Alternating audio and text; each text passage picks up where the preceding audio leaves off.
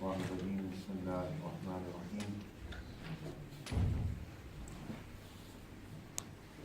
إن الله وملائكته يصلون على النبي يا أيها الذين آمنوا صلوا عليه وسلموا تسليما اللهم صل على سيدنا ومولانا محمد وعلى آل سيدنا ومولانا محمد وأصحاب سيدنا ومولانا محمد وبارك وسلم صلاة وسلام عليك يا سيدي يا رسول الله وعلى آلك وأصحابك يا سيدي يا حبيب الله الصلاة والسلام عليك يا سيدي يا رحمة للعالمين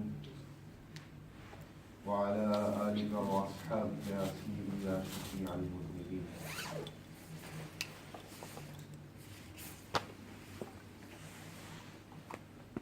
We will continue inshallah from where we left off last time. I was narrating to you the narration which Imam Shafuri has narrated in his book Sharf al-Mustafa sallallahu alayhi wa sallam regarding King Tuba al-Awwal.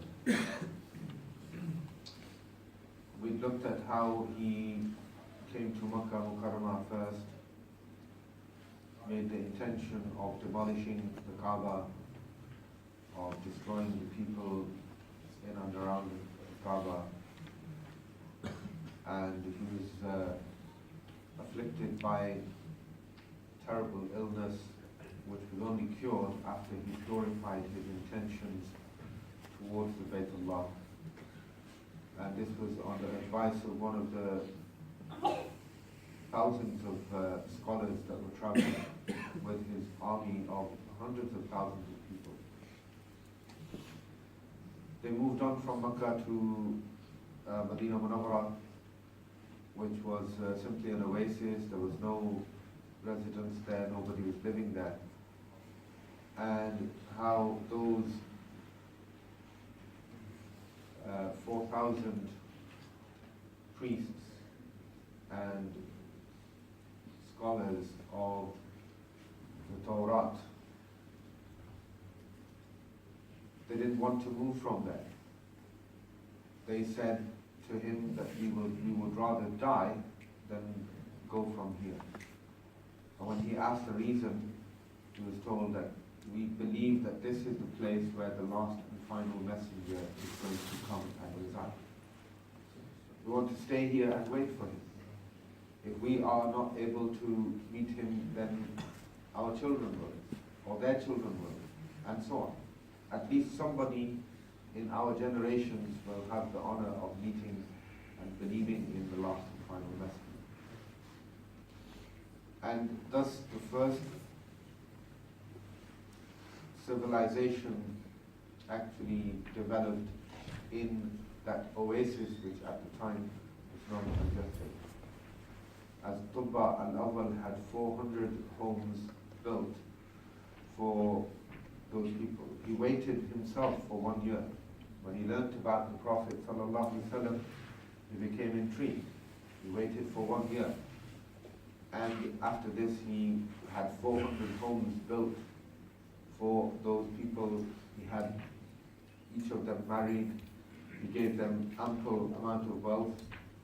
And he wrote a letter and gave it to the senior most scholar amongst them, the one who had helped him become cured in Makkah. He handed that letter over to him. And he said to him, I want you to pass this on. If you meet the last and final messenger, Sayyidina Muhammad sallallahu alaihi wasallam, you give it to him. Otherwise, you pass it on to your children and instruct them to do the same. And so generation after generation, this letter was passed on. I read out to you the script of that letter, and we saw how this was the person who believed in the Prophet sallallahu alaihi wasallam, accepted his risalah, and he pleaded with the Prophet sallallahu alaihi wasallam to accept him as his follower and to intercede on his behalf on the Day of Judgment, 1,000 years before the birth of the Prophet sallallahu alaihi wasallam. So Continuing from there,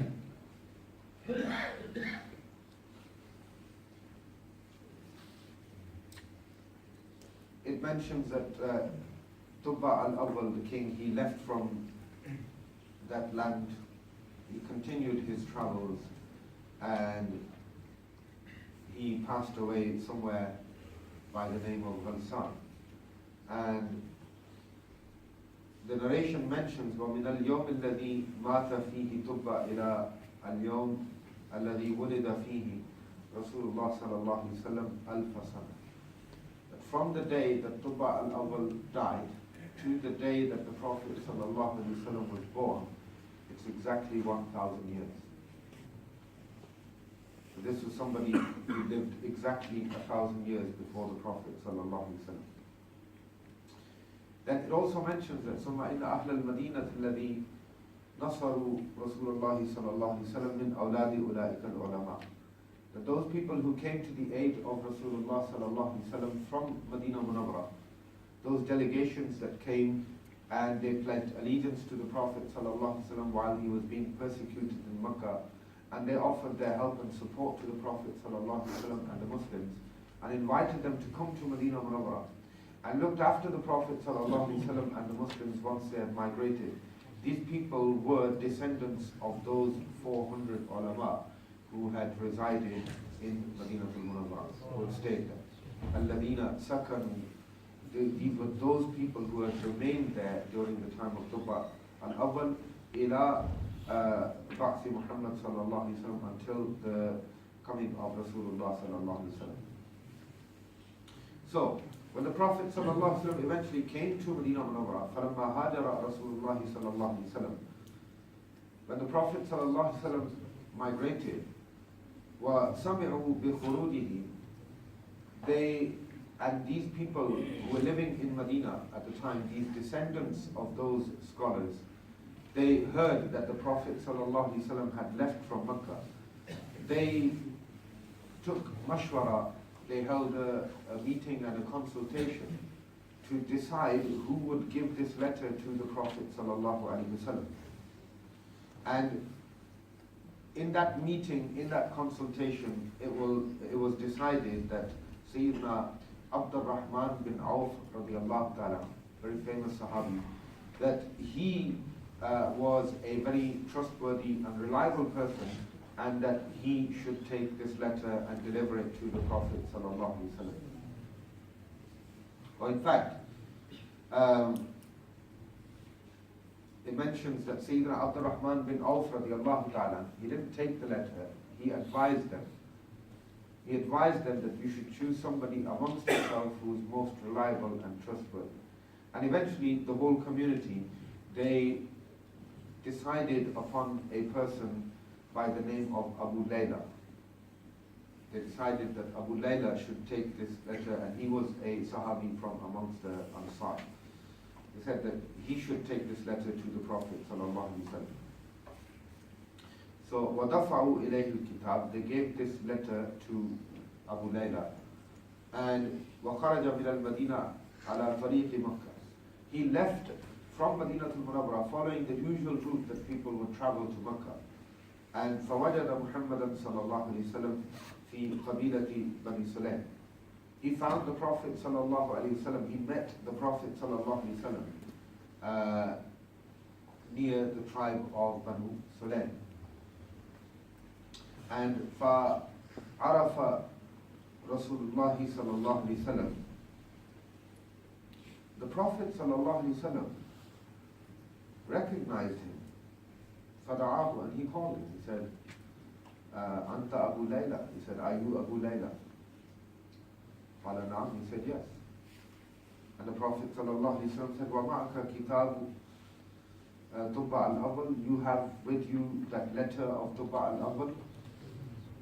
And the narration mentions that this person, he was left a little bewildered,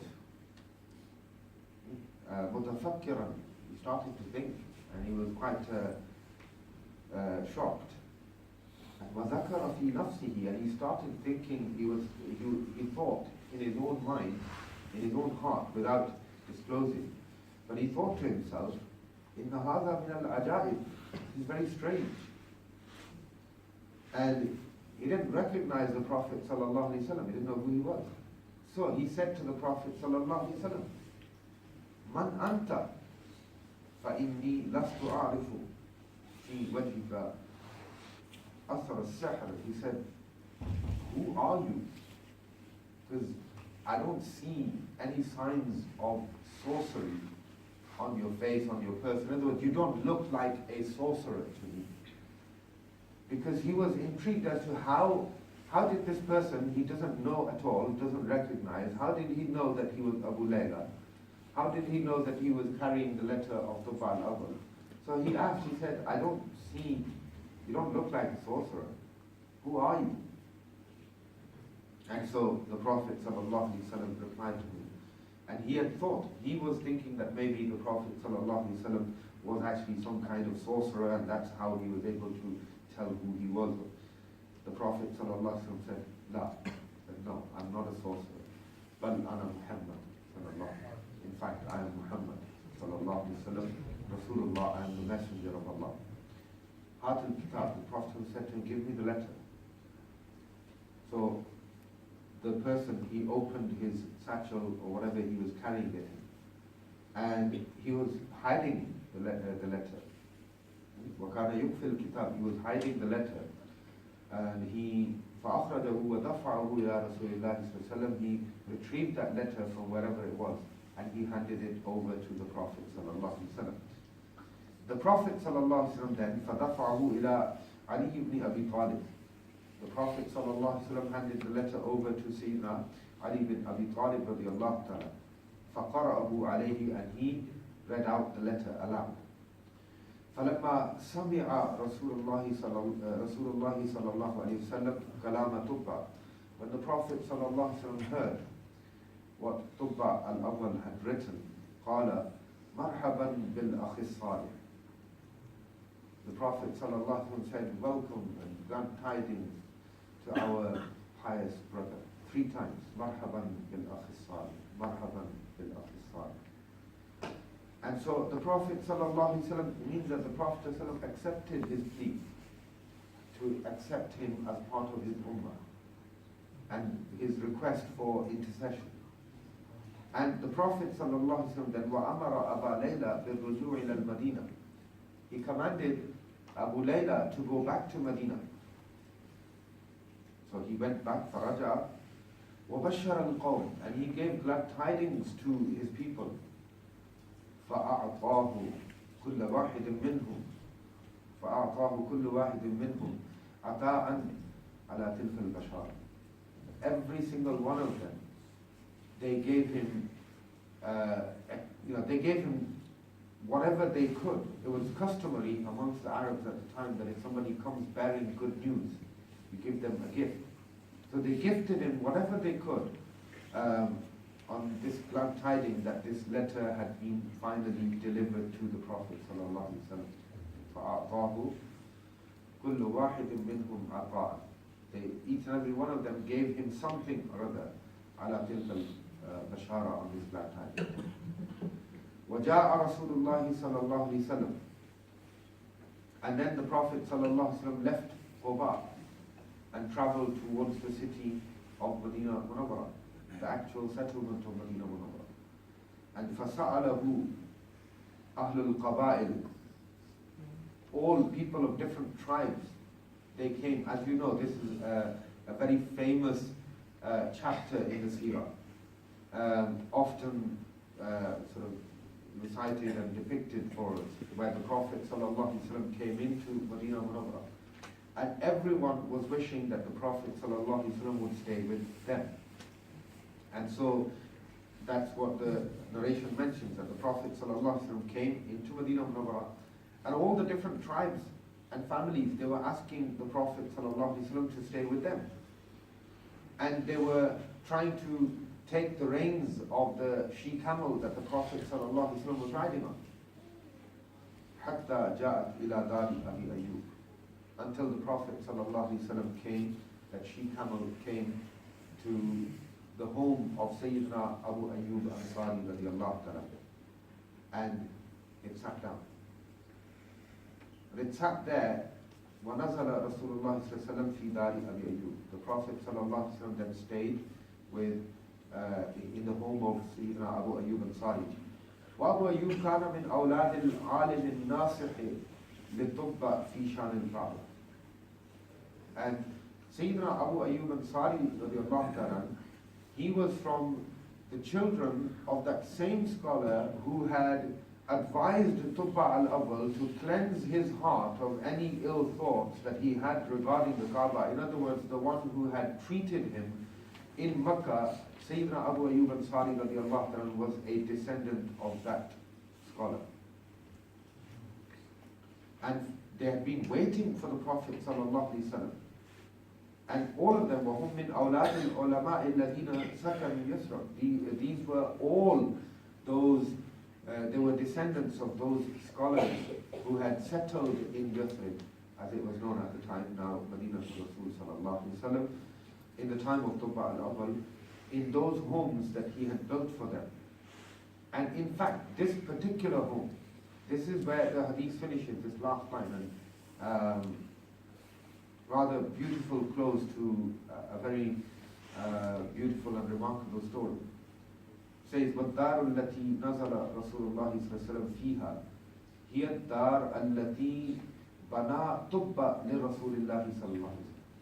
Says that the home that Sayyidina Abu Ayyub Ansari radiallahu ta'ala was actually living in at the time was none other than the extra home that Tubba al-Awwal had built for Rasulullah sallallahu alaihi wasallam. So the Prophet sallallahu alaihi wasallam, in a sense, the Prophet sallallahu alaihi wasallam was not the guest of Abu Ayyub Ansari radiallahu ta'ala. For all these years, Sayyidina Abu Ayyub Ansari and his ancestors had been guests of Rasulullah sallallahu alaihi wasallam in the home of Rasulullah sallallahu alaihi wasallam. And perhaps, the divine decree was, and the divine wisdom in Rasulullah sallallahu ta'ala alaihi wasallam staying there in the home of Sayyidina Abu Ayyub Ansari radiallahu ta'ala, with it being a home that was built for Rasulullah sallallahu alaihi wasallam, essentially belonging to Rasulullah sallallahu ta'ala alaihi wasallam. And so that's the complete narration. That's where this narration ends in terms of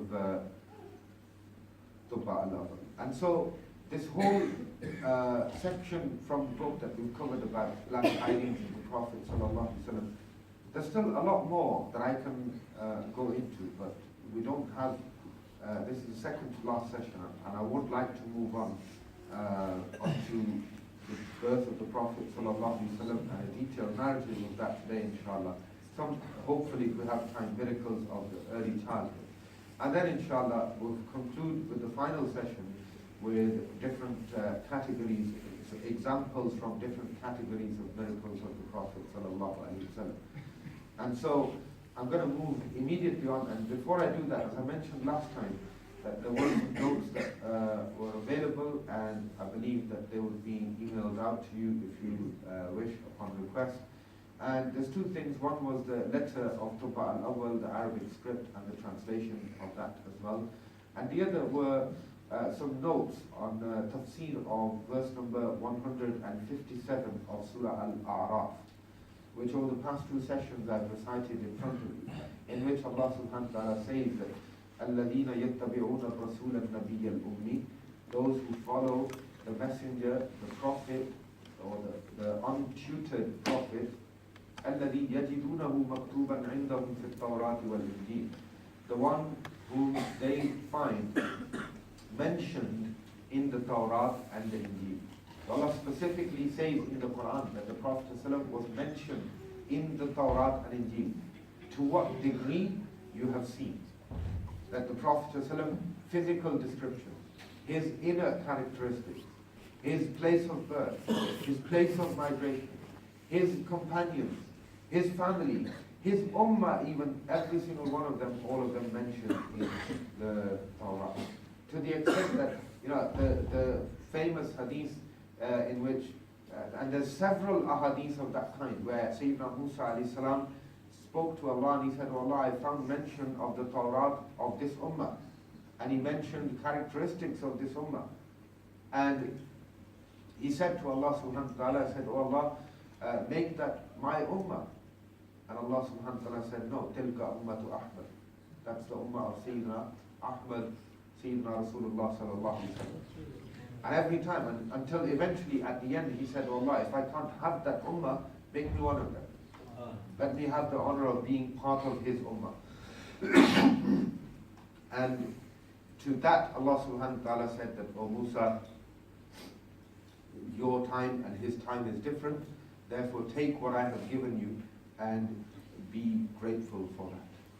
And perhaps this was a fulfillment of those requests of Musa alayhi salam, that on the night of Mi'raj, he had the meetings with Rasulullah sallallahu ta'ala alayhi wasallam.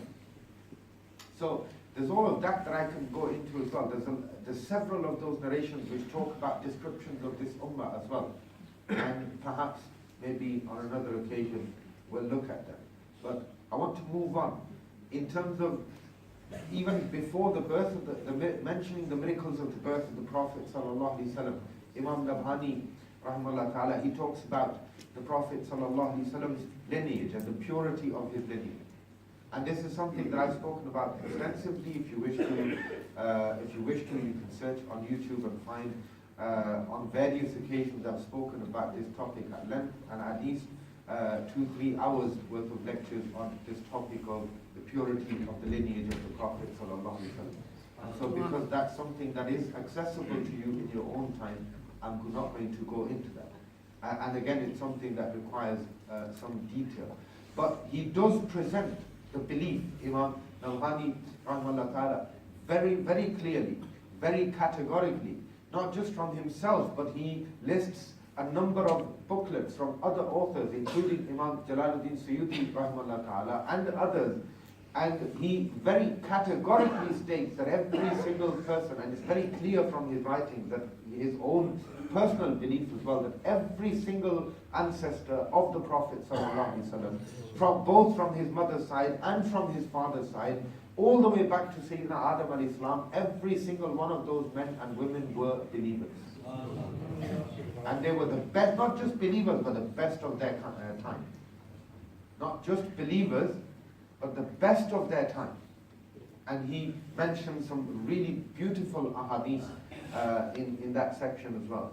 And again, if we go into that, that's something that's going to take us considerable time. So perhaps on another occasion we can look into that as well. But I did publish a translation of the complete hadith Nur of Sayyidina Jabir radiallahu ta'ala, and secondly, another very lengthy narration which Imam Nabhani rahimahullah ta'ala narrates in this book about the transferring of that Nur from one generation to the next, in a lot of detail, very detailed narration of how it was transferred from one generation to the next, and clearly focusing on this point that those people were the best of their time. And those two narrations I published a few years ago as a gift for Mawlid, for our attendees for our Grand Mawlid, which perhaps we can arrange some more publication of under the title of "And Then There Was Light," in terms of the first creation being light. So, leaving all of that, what I'm saying to you is, this is not just a 600-700 page book for the sake of it. There's a lot of detail in here, and there's a lot of different sections that we could really dedicate a lot of time to. But it would be injustice just to scan over them. And so I would rather move on to a topic that we can at least look at completely and entirely.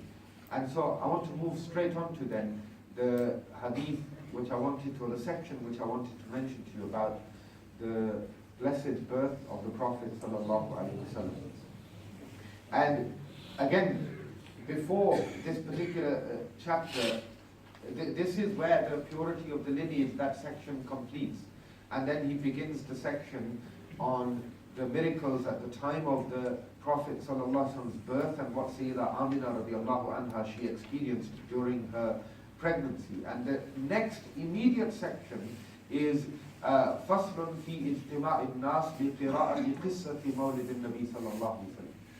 He says he dedicates that section to people gathering to remember the birth of the Prophet sallallahu alaihi wasallam.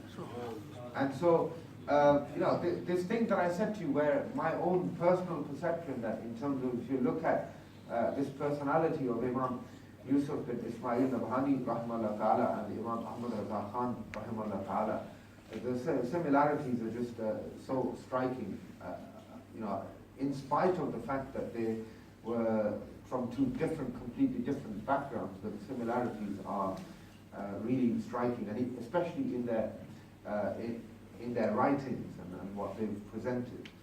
So, in terms of this section, Imam Nabhani rahimahullah ta'ala, the majority of this section he has taken from the works of Shaykh al-Akbar Muhyiddin ibn al-Arabi.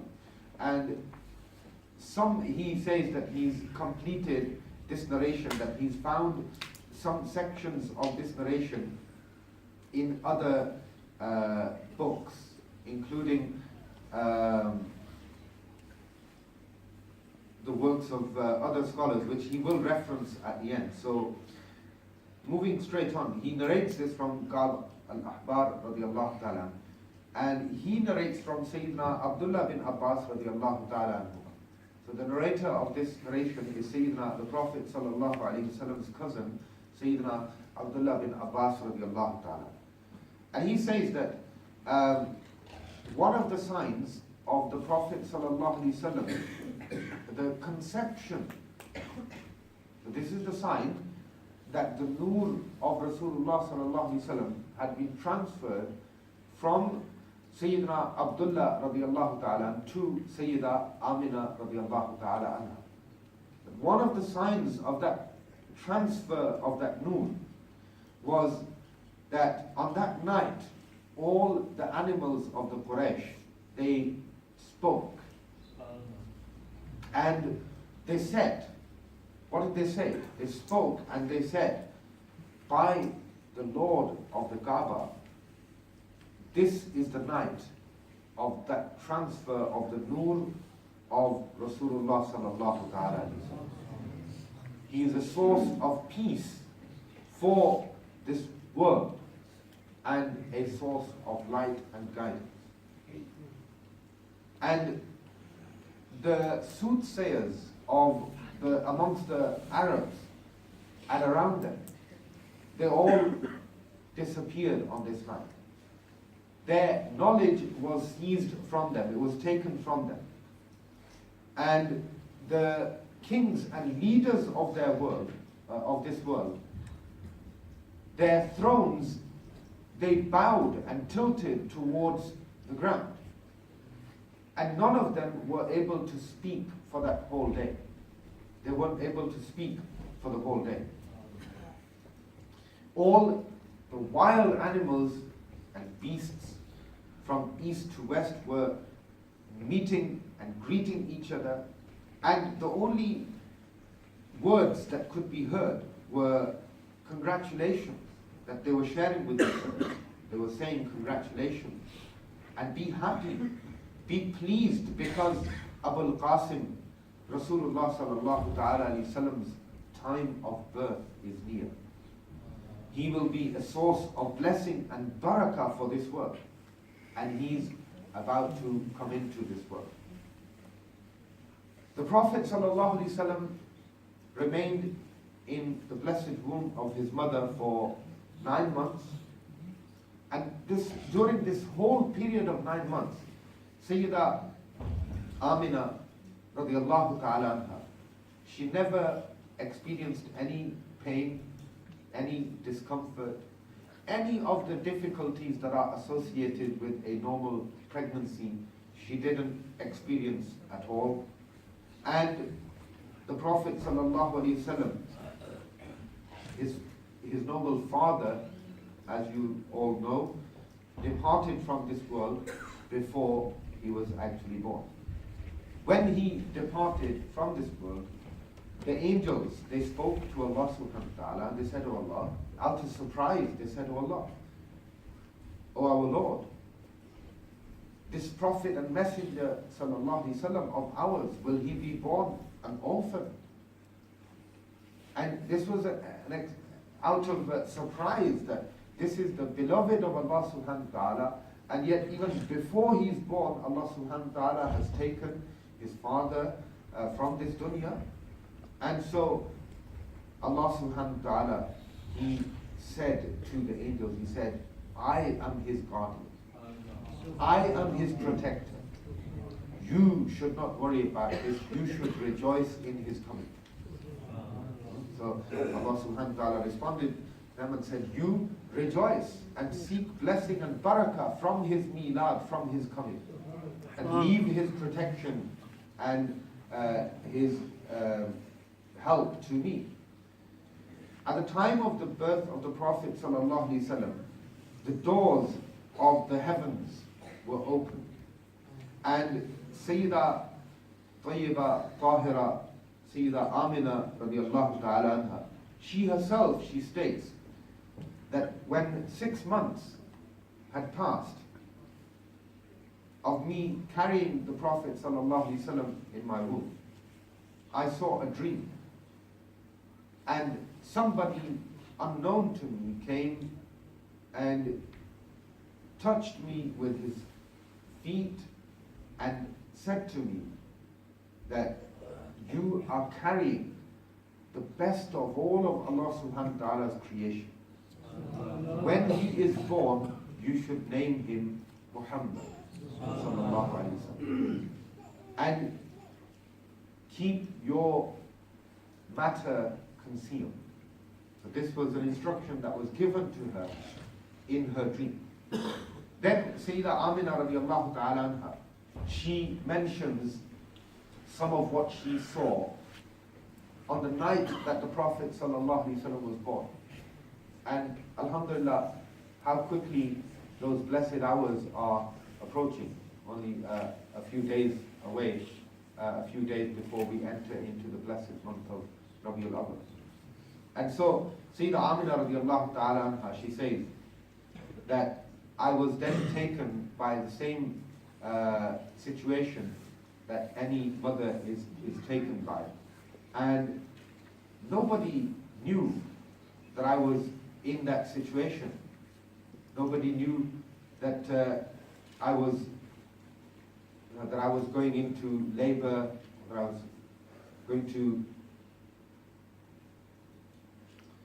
was ready to give birth to the Prophet sallallahu alaihi wasallam. I was completely alone. Even Sayyidina Abdul Muttalib, he was out doing tawaf of the Kaaba. He was not at home at the time.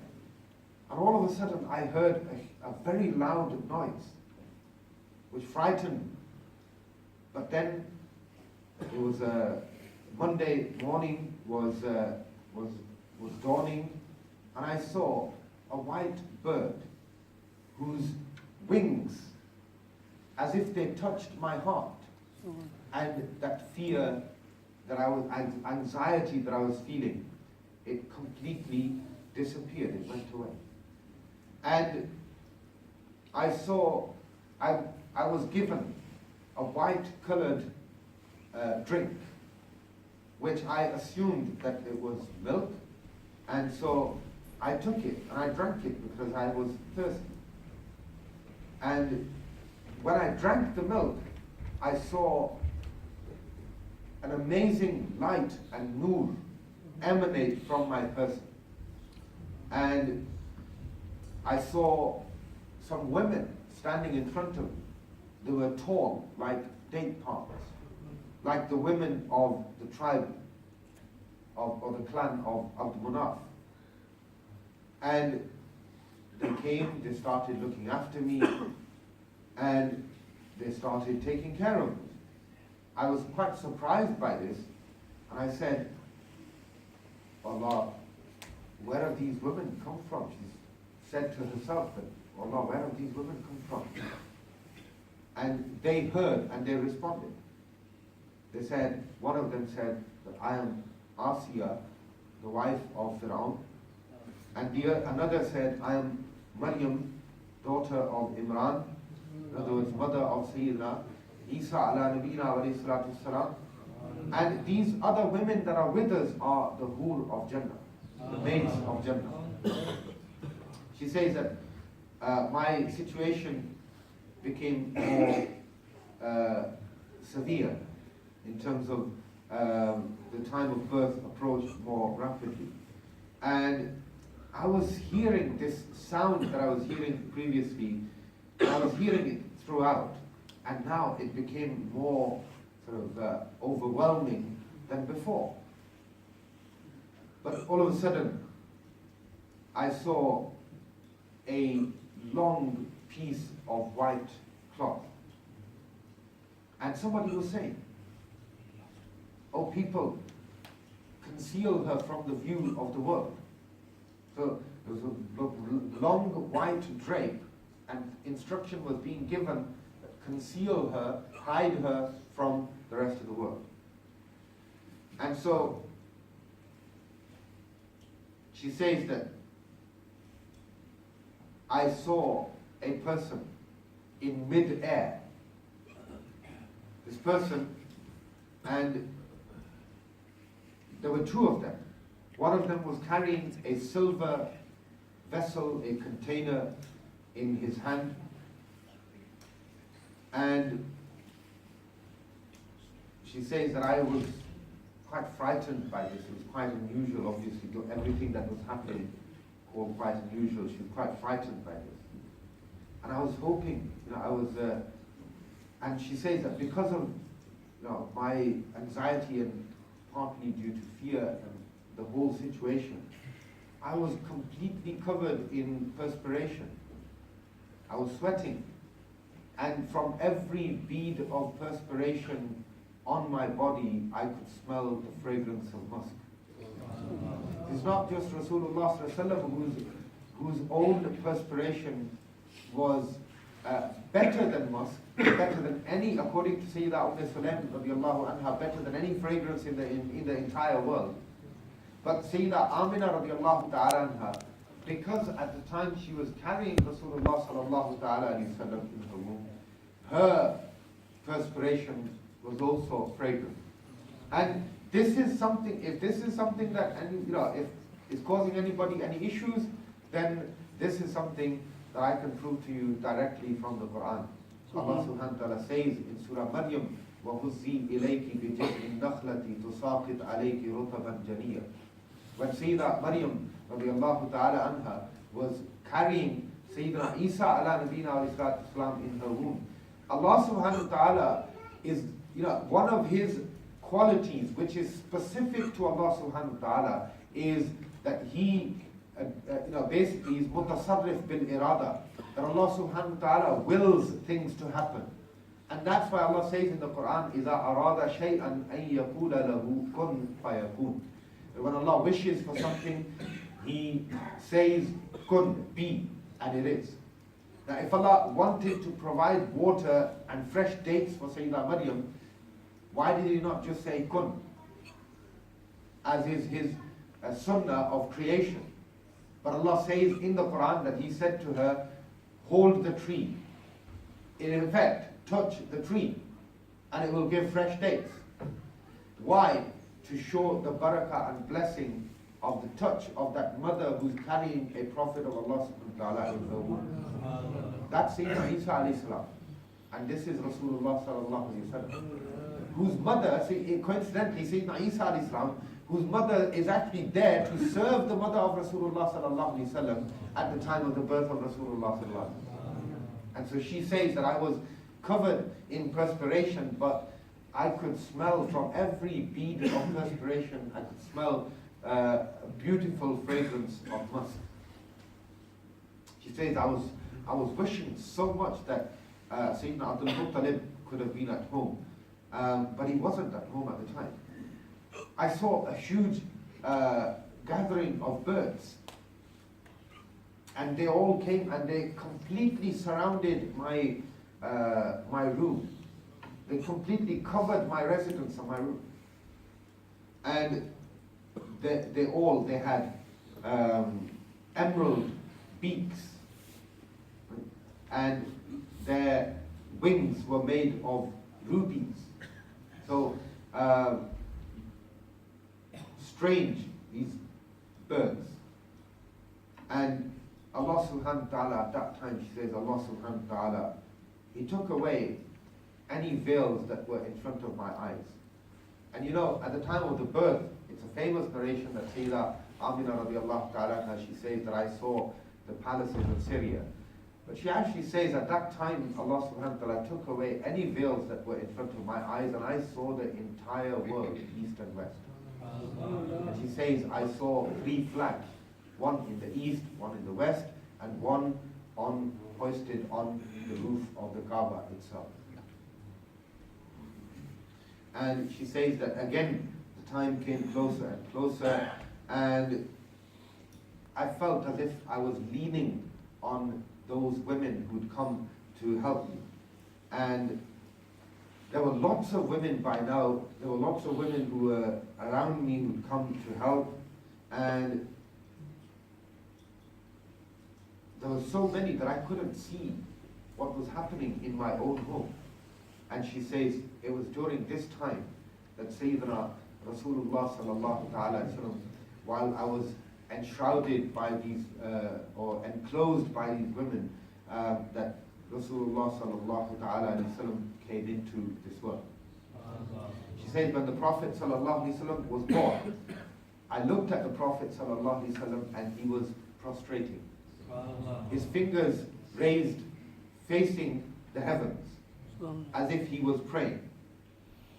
And so, right from birth, the Prophet sallallahu alaihi wasallam, it's demonstrated that yes, the Prophet sallallahu alaihi wasallam is bashar, but like none other. His birth is completely unique. He's born in a state of complete purity, and his first act immediately after he's born is to do sajda before Allah subhanahu wa ta'ala and to pray to Allah subhanahu wa ta'ala. And so he said that his hands, his fingers facing the skies, as if somebody is praying with the greatest of sincerity. And I looked and I saw a white cloud come over us. I saw a white cloud heading towards us. It completely covered the Prophet sallallahu alaihi wasallam, and the Prophet sallallahu alaihi wasallam disappeared from my sight for a moment. And I heard someone calling out, and he was saying, take Sayyidina Muhammad sallallahu alaihi wasallam to the east and west. Take him into the seas and the oceans.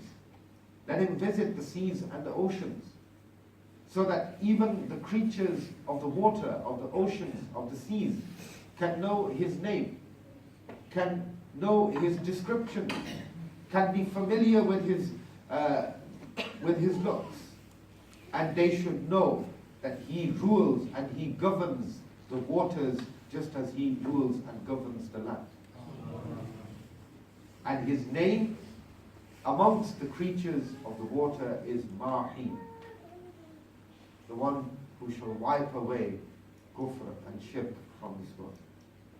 She says, after a while, the cloud disappeared, and I saw Sayyidina Muhammad sallallahu alaihi wasallam wrapped in a white cloth, and beautiful. It was whiter than milk and more soft than silk. And he was wrapped in the white cloth, and beneath him he was laying on a green cloth. And the Prophet ﷺ was holding 3 keys in his hand. And a herald was making an announcement that Sayyidina Muhammad ﷺ has taken the keys of nusra, of help, of manafi', of any kind of virtue and benefit, of nubuwwah, of prophet. These were the 3 keys that the Prophet ﷺ was carrying in his blessed hand. She says, again, all of a sudden, another cloud covered us, greater than the one previous to this. And there was a light, a nur in this cloud. There was sound with it as well, like the hooves of or like the neighing of horses, and the flapping of wings of birds. I could hear sounds like this, and there were 2 people talking, or there were people talking amongst themselves. And he says that this cloud covered us, I couldn't see anything, and the Prophet ﷺ disappeared from before my eyes once again. And this time round, the Prophet ﷺ was absent for longer. And I heard someone announcing again, another herald, take him, Muhammad ﷺ, to the east and the west. Take him to the places of birth of the prophets of Allah subhanahu wa ta'ala. Introduce him to all the creation of Allah subhanahu wa ta'ala. Humans, jinn, and all creation of Allah subhanahu wa ta'ala. And take him and grant him, enshroud him with the khulq, with the character of Sayyidina Adam alayhi salam. Give him the ma'rifah and recognition of Shis alayhi salam. Give him the courage and shuja'ah of Nuh alayhi salam. Give him the khulla, the friendship with Allah of Sayyidina Ibrahim alayhi salam. Give him the eloquence and the tongue of Ismail alayhi salam. Give him the rida and pleasure, being happy in the decree of Allah subhanahu wa ta'ala. Of Sayyidina Ishaq alayhi salam. Give him the fasaha and eloquence of Sayyidina Salih alayhi salam. Give him the hikmah and wisdom of Lut alayhi salam. Give him the bishara and glad tidings of Yaqub alayhi salam. Give him the beauty and jamal of Sayyidina Yusuf alayhi salam. Give him the shiddah, the strength of Sayyidina Musa alayhi salam. Give him the sabr and patience of Sayyidina Ayyub alayhi salam. Give him the ita'ah and obedience of Sayyidina Yunus alayhi salam. And give him the jihad of Yusha alayhi salam. The voice of Dawood alayhi salam. Dawood alayhi salam had a beautiful voice. When he recited the Zabur, everything stopped and listened. And the Sahaba say, we never heard anyone recite as beautifully as Rasulullah sallallahu alaihi wasallam. Not just eloquent, but also melodious and beautiful. You hear the Quran being recited by these qaris who recite the Quran in such a beautiful voice, you can't even imagine the beauty of the voice of Rasulullah sallallahu alaihi wasallam. Unimaginable. It literally, it makes, if you stop for a moment and think that how beautifully some of his ummah recite the Quran, and you try to imagine the beauty of recitation of Rasulullah sallallahu alaihi wasallam, it makes your body tingle. That's all I can say. You can't imagine. And this was an honor that was reserved for the Sahaba, the companions of Rasulullah sallallahu alaihi wasallam, who heard this qira'ah of the Prophet sallallahu alaihi wasallam. To give him the voice of Sayyidina Dawood alayhi salam. Give him the mahabba and love of Sayyidina Daniel alayhi salam. Give him the waqar, the dignity of Sayyidina Ilyas alayhi salam. Give him the isma, the infallibility of Sayyidina Yahya alayhi salam. Give him the zuhd, the detachment from the dunya of Isa alayhi salam. And give him, immerse him in the river of the khulq and character of the prophets. This command was given. He says after a while, that cloud also disappeared. And the Prophet ﷺ was holding, when I saw Sayyidina Muhammad ﷺ again, he was holding a green colored cloth in his hand. And there were, the announcement had ended that immerse him in the river of khuluq and character of the Prophet. He says he re-emerged with a green cloth in his hand, and water was dripping from his cloth.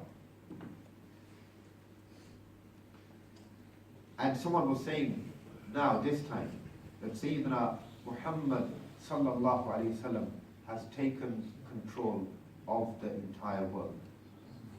And he was saying, وَلَا حَوْلَ وَلَا قُوَّةَ إِلَّا بِاللَّهِ. No power, no might is but with Allah subhanahu wa ta'ala, or through Allah subhanahu wa ta'ala. Sayyidah Amina radiallahu ta'ala, she then says that I saw three people after this then. Their faces were bright like the sun. And I saw that one of them was carrying a silver jug in his hand, and I could smell the fragrance of musk emanating from that jug. And the other one I saw, he was carrying a tray of some kind, which was made out of silver, the tray, which was made out of green emerald, and on each corner it had a pearl attached to it. And the Prophet sallallahu alaihi wasallam, she says that Sayyidina Muhammad sallallahu alaihi wasallam was told that this is the world, this is the dunya, that tray. And the Prophet sallallahu alaihi wasallam was told, take whichever part, whichever corner you wish. And Sayyidah Amina radiallahu anha, she says that I became intrigued. I moved forward to see which part of the world, which corner. Remember the pearls on the corners of the tray. Which corner my son would choose. And she says that I watched as Sayyidina Muhammad sallallahu ta'ala alayhi wasallam placed his blessed hand right in the middle of the tray. And someone called out then, he said, by Allah, Sayyidina Muhammad sallallahu alayhi wasallam has chosen the Kaaba. And the Kaaba will be made his qibla and his place of residence. The third person, he had a cloth wrapped in his hand, and as he unraveled it, he opened it, I saw the most beautiful ring. So beautiful, almost too beautiful to look at. And with that ring, he stamped the back of Rasulullah sallallahu alaihi wasallam. There are narrations which are the commentators of the Shama'il of Imam Tirmidhi have narrated under his chapter on the seal of prophethood, have narrated that there are narrations which mention that the seal of prophethood, which was a raised piece of flesh with hair on it or around it, as the Sahaba describe it, around the size of a dove's egg. But there are narrations that mention that it was inscribed as well, with various, and there's different inscriptions that are narrated. One, for example, Sir fa'antal mansur, go wherever you may, you will be helped. The Prophet sallallahu alaihi wasallam's Mohr al-Nubuwwah, the seal, Mohr al-Nubuwwah, the seal of prophethood, had that inscription on it. But anyhow, Sayyidina Abdullah bin Abbas radiallahu ta'ala, he says that these people, he says that then then the Prophet sallallahu alaihi wasallam was bathed with the water, the silver jug and the musk, the fragrance of the musk. She says that the Prophet sallallahu alaihi wasallam was bathed with that.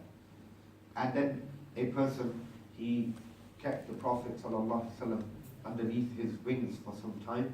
And Sayyidina Abdullah bin Abbas radiallahu ta'ala, he says that these two people were Rizwan and Khazin of Jannah, the two angels appointed in Jannah. She says that then he spoke softly in the ears of the Prophet sallallahu alaihi wasallam many things which I didn't understand. I didn't understand what exactly he was saying. And he kissed the Prophet sallallahu alaihi wasallam on the forehead. And he said, O Muhammad sallallahu alaihi wasallam, glad tidings to you. You have been given the knowledge of all the prophets. You are more knowledgeable than all the prophets. Your heart stronger than the hearts of all the prophets. And you have been given the keys of help and nusra. Your fear or awe has been put into the hearts of the creation. Anyone who shall hear mention of you, even if he has not met you, will be overcome with awe. And she says that another person came, he looked at the Prophet ﷺ, and he opened his mouth, and as if he was providing some form of nourishment to the Prophet ﷺ, in the manner that a bird provides nourishment into the beaks of her young. And she says, I noticed the Prophet ﷺ indicating with his fingers, with his hand, as if to give more. And this continued for some time. And eventually when he concluded, he said, O Muhammad sallallahu alaihi wasallam, O beloved of Allah, glad tidings to you, for you have been given the hilm and forbearing of all the prophets of Allah subhanahu wa ta'ala. And then the Prophet sallallahu alaihi wasallam, again she says, disappeared for some time. And this time my heart trembled a little. And I thought to myself, woe upon the Quraysh. What is happening here? What am I seeing here today on the birth of my son? And there's nobody here to witness this.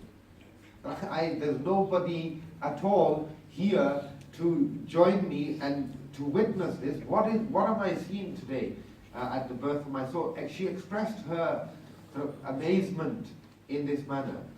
And she says, I was thinking this when my beloved was returned to me, and I could see his face brighter, shining brighter than the full moon. And he was more fragrant than musk. And this fragrance of musk just spread everywhere. And someone was saying that, again, that take him to the birthplaces of all the prophets. And at that time, the Prophet ﷺ was taken to Sayyidina Adam alayhi salam. Sayyidina Adam alayhi salam said to him, said, "O my beloved, glad tidings to you. You are the leader of those who came before, those who shall come after. You are the leader of all of them." And then the person addressed the Prophet ﷺ, and he said, "O honor of this world, O dignity of the Akhirah, glad tidings upon you. You have been given the firm path, the firm road. Whoever takes this from you, whoever believes in you, he on the day of judgment shall be under your flag. And whoever does not believe in you, then he shall be destroyed." And after this, she says that the Prophet ﷺ, that person went, and the Prophet ﷺ was placed in my lap. And this is that detailed narration of the Prophet ﷺ's birth, in which Imam Nabhani, he mentions that some of this, the majority of this is narrated from Shaykh Ibn Arabi's works, but some, he says, I found other narrations which were even more detailed. And so, for example, he says, Imam Abu Ali ibn al-Qattan, his book Al-Bashair wal-I'lam, that list of qualities of the prophets that give him the sabr of Ayyub alayhi salam and so on and so on, says that's where I took that from. And from Mawahib al-Ladunya, some of the sections were taken from there, which Khatib al-Baghdadi has narrated certain things as well. And so, this is that narration of detailed description of some of the events around the birth of the Prophet sallallahu alaihi wasallam. And it's not only this, obviously you hear the usual, the miracles that are usually mentioned as well around the birth of the Prophet sallallahu alaihi wasallam, the fire that had been lit for 1,000 years in Persia going out, the idols in and around the Kaaba falling flat on their faces. And it's narrated that, it's narrated, and this was witnessed by Warqa bin Nawfal, the cousin of Sayyidah Khadija radiallahu anha, to whom the Prophet ﷺ and Sayyidah Khadija radiallahu anha first went, when the Prophet ﷺ received the first revelation, he witnessed that the greatest, the biggest of the idols, there were people stood around it at a time on the night of the birth of the Prophet ﷺ, and it fell flat on its face. They picked it up and put it straight, and it fell flat again. They picked it up and put it up, third time, fell flat straight on its face, and then they left it out of despair. They couldn't do anything. The Kaaba itself, as if in a state of ecstasy, was trembling for and was leaning towards the home of Sayyidah Amina radiallahu ta'ala anha for 3 days. This was the situation of the Kaabatullah. So a lot of other narrations, and also mentions, Imam Nabhani rahimahullah ta'ala mentions about the Prophet ﷺ being born already circumcised, and the umbilical cord already being severed, being cut, and the Prophet ﷺ being born in a state of complete purity. As if his hair had been oiled and combed, as if his eyes had summa and kohol already applied to them. This is how the Prophet ﷺ was born. Just one thing, again, I said to you that, there's many things that I could narrate, and obviously a lot of them, the point is, I don't avoid narrating something because you already know it, because it doesn't matter to me. We are talking about Rasulullah sallallahu alaihi wasallam. Even if you know something, to hear it again is so much more sweeter and so much more beautiful every time you hear it. This is Rasulullah sallallahu alaihi wasallam that we're talking about. But it would be better if I could present you something that some of you perhaps may have not heard before. And that way it's something new for you as well. So there's one particular narration about the childhood of the Prophet sallallahu alaihi wasallam, which I want to mention to you, which Imam Nabhani rahimahullah ta'ala narrates, and he says that Sayyidah Halima Sadiya radiallahu ta'ala anha, she said, when Halima radiallahu anha قالت كان رسول الله صلى الله عليه وسلم لما بلغ شهرين. Because remember, she took the Prophet sallallahu when he was still very young, and then she raised the Prophet sallallahu alaihi wasallam for over 2 years, because she came back with the Prophet ﷺ, then took him again for some time, for a few months. So Sayyidah Halima radiallahu ta'ala, she says that when the Prophet ﷺ reached the age of 2 months, the Prophet ﷺ began to crawl.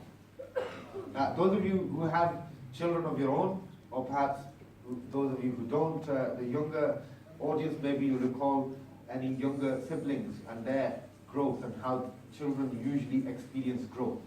This is rather beautiful and quite remarkable. The physical growth of the Prophet ﷺ, that at the age of 2 months, where children usually, even by then, are still not able to support the weight of their own head, the Prophet ﷺ was crawling. She says at the age of 3 months, كَانَ يَقُومُ عَلَى قَدَمَيْهِ. The Prophet ﷺ was able to stand on his own 2 feet. And وفي أربعة, at the age of 4 months, كان يمسك الجدار ويمشي. He was able to hold on to walls and walk on his own 2 feet at the age of 4 months. وفي خمسة, and at the age of 5 months, حصلت له القدرة على المشي. He was able to walk completely independently by the age of 5 months. فلما بلغ ثمانية, when the Prophet when the Prophet ﷺ reached the age of 8 months, كان يتكلم بحيث يسمع كلامه. That the Prophet ﷺ was speaking in such a way that his words could be understood. At 8 months, age of 8 months, the Prophet ﷺ was speaking and it could be understood. But not just that. ولما بلغ 9 أشهر, when the Prophet ﷺ reached the age of 9 months, كان يتكلم بالكلام الفصيح. The Prophet ﷺ was able to speak at the age of 9 months in the most eloquent tongue. The Arabs, the eloquency, their language, their tongue was their pride. And Sayyidah Halima Sadiya radiallahu anha, she says, by the age of 9 months, the Prophet ﷺ was able to speak the most beautiful and eloquent tongue. ولما بلغ 10 أشهر, when he reached the age of 10 months, كان يرمي بالسهام مع الصبيان. The Prophet ﷺ used to go and it would practice archery with other children at the age of 10 months. That's the childhood, early childhood of the Prophet sallallahu alaihi wasallam. बंदा मिलने को करीबे हजरत कादिर गया लम्हे बातिन में गुमने जलवाए जाहिर गया तेरी आमद थी के बैतुल्लाह मुजरे को झुका तेरी हैबत थी के हर बुत थर थरा के गिर गया तेरी हैबत थी के हर बुत थर थरा के गिर गया Rahmallah Ta'ala, in this poem, in this naat, in this kalam, he mentions beautifully some of the miracles of the birth of the Prophet Sallallahu Alaihi Wasallam. And really, it's so intriguing when you read, when you come across something new or something different, and then you read some of the ash'ar of Ala Hazrat and you find that interpretation so closely mentioned in those ash'ar. It's so beautiful. In terms of even that narration that I mentioned first, the end of that narration in Ala Hazrat Imam Ahl Sunnah, he actually says that मोमिन उनका क्या हुआ अल्लाह उसका हो गया काफिर उनसे क्या फिरा अल्लाह ही उससे फिर गया वो के उस दर का हुआ खल्के खुदा उसकी हुई वो के उस दर से फिरा अल्लाह उससे फिर गया. That's pretty much the message that came at the end of that whole narration that I mentioned. Allah subhanahu wa ta'ala grant us true and sincere love of Rasulullah sallallahu ta'ala alayhi wa sallam. And so inshallah in the concluding lecture next week I'll be selecting narrations from all the remaining different chapters now in the book, and the selection inshallah I'll present in front of you of different types of miracles of the Prophet sallallahu alaihi wasallam, then after the announcement of Prophet. Wa akhiru da'wana alhamdulillah. Mustafa Jane Rahmat Bela ko salam Sham'e baz mein hidayat Bela ko salam Al-Gharaz unke har muh pe daim durud Al-Gharaz unke har muh pe daim durud unki har खसलत बेला को सलाम मुस्तफा जाने रहमत बेला को सलाम शम्ए buzz में हिदायत बेला को सलाम काश महशर में जब उनकी आमद हो भेज सब उनकी शौकत पे लाखों सलाम मुझसे खिदमत के कुदसी कहे रज़ा मुझसे खिदमत के